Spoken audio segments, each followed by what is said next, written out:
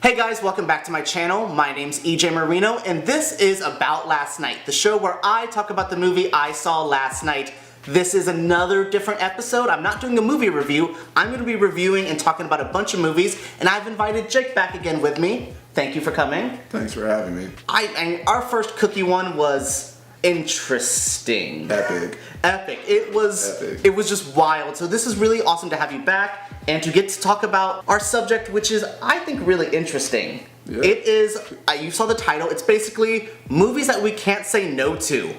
Who thought of that? Jake thought of that. I thought of that. We were trying to find ideas to talk about, and I think this is the best one because this is also guilty pleasures, but I don't think we're guilty about any of these movies. I don't feel bad for liking these movies. I just happen to like movies that are not a normal Hollywood blockbuster or not a fan favorite. I think some of my movies, people won't feel that way, but... No, you have some odd choices. So enough of this jibber jabber. We're going to jump right into the video right now.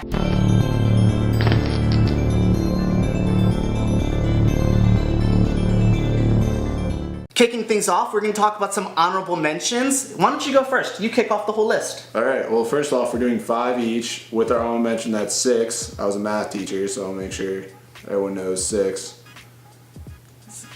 He did the thumb way. Alright, anyway. So my honorable mention, I'm going to go with the movie called Beerfest. It was my favorite movie growing up. Still like it, but I won't watch it as much. I think the comedy group's called Broken Lizard. Oh yeah. Okay, Broken Lizard. They did Club Dread and all those. Super Troopers. Oh yeah. Yeah. I thought he would know. I figured you'd know Club Dread, but I wasn't sure that's what it's called. Yeah, Broken Lizard I think is the group. They were a comedy troupe for a while and kind of fell off. I guess Super Trooper 2 is coming out this year, which you were oddly excited for as well. When you saw the trailer, you were pumped, and I was just like, oh, now this makes sense though. Hearing Beerfest on your list, now it all makes sense. It was just growing up, as a younger kid, I probably shouldn't have seen it, honestly, but the going over to Germany, the German jokes, being Jewish, it's obviously a good time. Thanks God, the eye of the Jew. The Jewish stereotype character. Is that the one with Das Boot? Yes, Das Boot. I have seen Beerfest. I don't know why I got this confused with the ping pong movie that was popular. Balls of Fury? Yes, I don't know why I got those two confused, but now this is Das Boot. I'm back in. Beerfest, Pong, different, okay. So my honorable mention is a little different from yours. It is 2014's Godzilla. I love this movie. Yeah. I love all Godzilla movies. That's I love big monsters. I have the old 1951. I just love this franchise, but... You even have a pop. Oh, it's not here. I do have a pop of Godzilla. He said grab the pops, and we didn't know each other's list, and he could have grabbed Godzilla, and that'd been a nice little twist, but no, I guess not. I guess that makes no sense. Well, none of these are, well, maybe one, I don't know. None of these are on my list. We'll see. But we'll see. No, anyway. I really like Godzilla. Andy Serkis, Gollum Caesar extraordinaire, plays Godzilla and gives him sass. We always talk about the scene where he tail whips the shit out of the flying thing.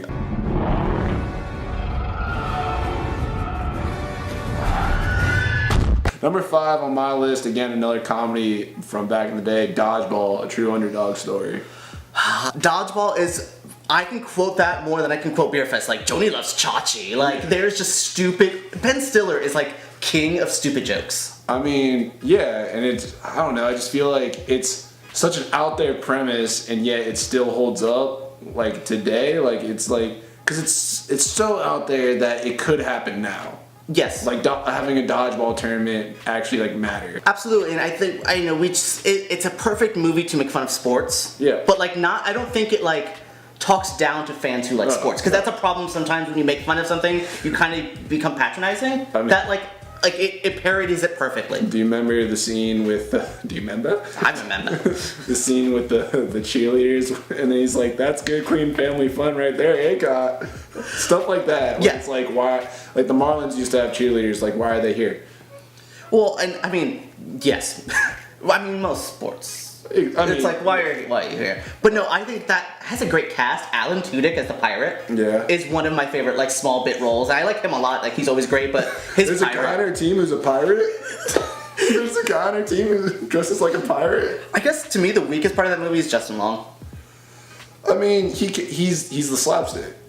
He gets hit in the face with a wrench. Yeah, I guess he is which is so funny that everyone else should be the slapstick, but he kind of like, put with that. He was, in that movie, I think, alright, because he hasn't really done a lot of great movies, which he's actually in another movie on my list, which we'll get to. Oh boy. Oddly enough. Oh boy. That he was actually pretty good in. Okay. Weird that you brought that up, but anyway. The number 5 movie on my list is The Addams Family Values, a movie I cannot name how many times I've seen this.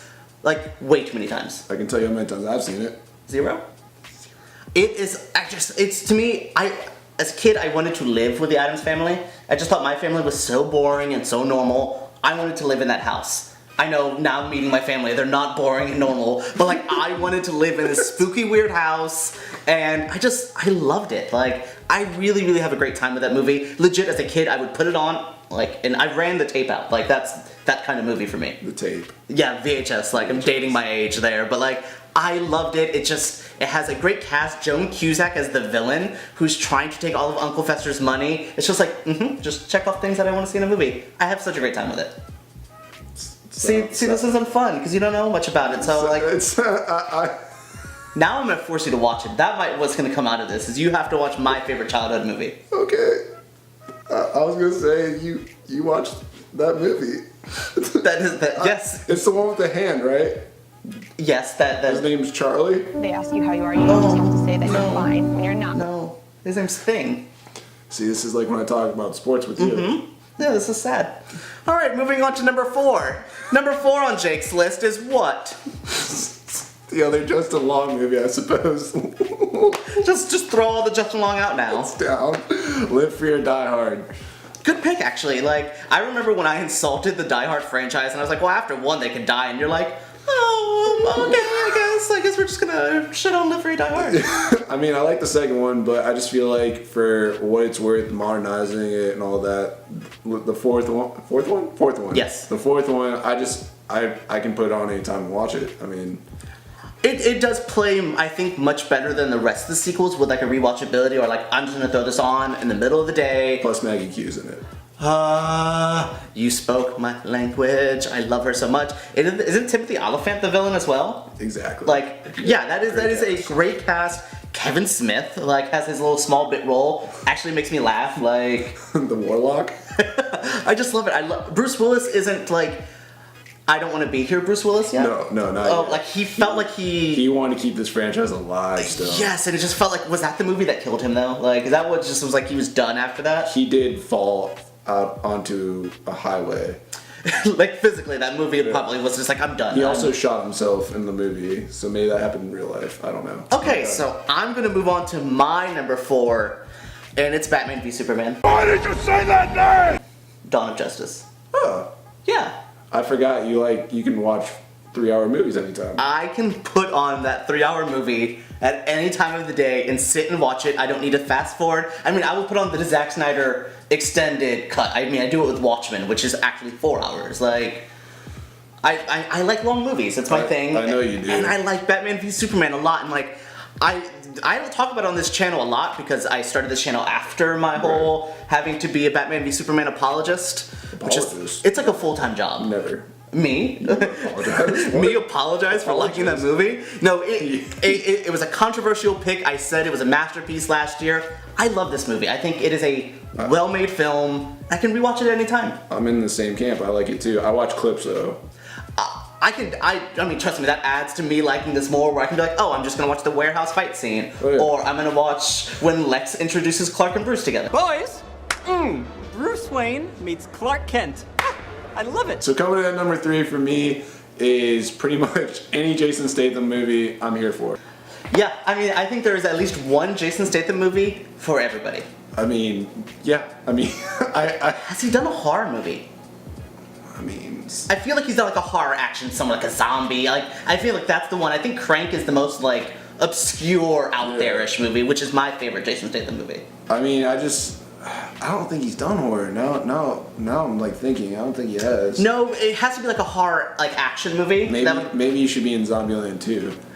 Yes, he should be like the Woody Harrelson character. So what is your favorite Jason Statham movie then? If you had to think of one that, like, once again, a movie you cannot say no to, what is that Jason Statham movie? Maybe The Italian Job. Okay, I was gonna say I feel like you're like a Transporter fan. I've seen them. They're like, again, like if I come home late and they're on, I'm gonna watch it. Yes. I'll watch it. It's one of those things where like I'll watch 10 minutes and then the next thing I know, I'm at the climax. I'm like, well, now I'm here. Yes, and I will say you should have seen how upset he was when all of Jason Statham got removed from Netflix. Bitter. I'm up in North Carolina. I have nothing to do but watch Netflix, and I just type in Jason Statham. Like, here's things related to Jason Statham. I'm like, you have nothing with him in it? There used to be like guilty pleasure movies there that aren't good, but he kills people. He is like a king of a bad B action movie, and I'm not sweating him for that. Like, it's perfect. I can watch any and I'm good, and it helps that he's good looking. Because that kind of goes into with my number 3 is I have the entire Scream franchise. Like, I like how you picked all Jason Statham movies. I have all Scream movies. Like, Scream 1 to Scream 2 to 4. 3's okay. 3 just becomes a comedy. And it loses what I love, but once again, it's still, if it's on, I mean, there's quote, like Parker Posey's Fake Gale Weathers gets me every time. Like, her jokes about that. Carrie Fisher has a cameo. Like, it has good moments, but I actually like 4 a lot. 4 is good. Like, 4 is... I feel like 4 gets a lot of hate. It does. It's one of those, like, whoa, it's a modern reboot. I'm like, one, they're rebooting their own franchise. Like, they knew what they were doing. It's like one of the last major Wes Craven movies. Like, I have to respect it. Like, but 1 is iconic. Like, 1 I can put on any day, any time, and be like, oh, I'm watching Scream, and I have no problem with it. So what is your number 2 on your list? Number 2, probably the most modern one, Lego Batman. I debated the I debated the first Lego movie because I was trying to think of an animated movie to like diversify my list, but I really like that Lego movie. Yeah, there's no Chris Pratt, so it's okay. Any movie without Chris Pratt is a good movie. You got the new one where it has its own Batman jokes, like it's in on its own joke referring to Batman, and I don't know, I like all of it. I could do the Batman voice. I feel like I have to if I make a reference, but it is a completely rewatchable movie. I think the third act helps it be more rewatchable because it's insane. The kids at the orphanage call me Dick. Kids can be so cruel.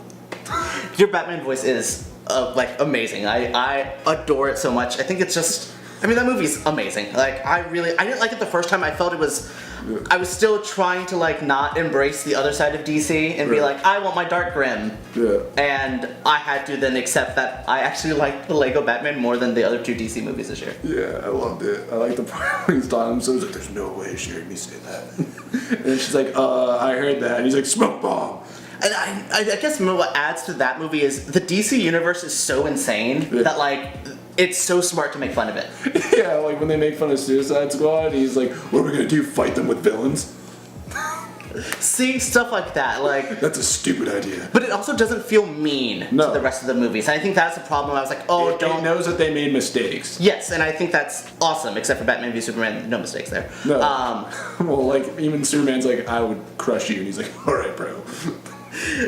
So good. Really good pick. I like that one a lot, actually. That's my favorite one on your list so far. Thanks. I like all of yours. I like Beerfest and stuff, but like that one is the one relate to. Yes, it's like we're on the it's same page. right on the same page. Yeah. So to go to my number 2, which is so off of yours, it's Chicago. Yeah. Oh, my mom did that in high school. She did the Chicago play. She tells me every time Chicago comes on, so I knew that. Oh, I do a Chicago My play. Jewish mother. She doesn't talk like that. I was just thinking, I wanted her to be the typical Jewish mom. She wasn't, and it was sad. She's still amazing, but... She's a hippie. She is. She's way more hippie. But going back to Chicago, I do my own Chicago musical every time. Snapchat. Yeah, oh boy. But no, it's one of those things, like, every time it comes on, I forget that I'm like, oh, this song's great. Oh, this song's great. Oh, John C. Reilly is way better in this movie than he should be. Like, I really enjoy that movie, and it's the only, like, good movie on my list. Like, I mean, it's an Oscar-winning movie, so... It's the only good movie see everyone out there, you think? Or like, cause No, because I think it's the only like I think like award-winning, like classified as like a great movie. I mean, it beat the crazy Lord of the Rings movie that it was like. That's what I love too. I guess a musical beat the Nerds, and that doesn't happen too often. So yeah, I think it was such an awesome feeling. Poor nerds. Poor Nerds. Like they got it the next year. So we're coming down. I'm gonna do a little drum roll. What's your number one? Number one on my list is probably my all-time.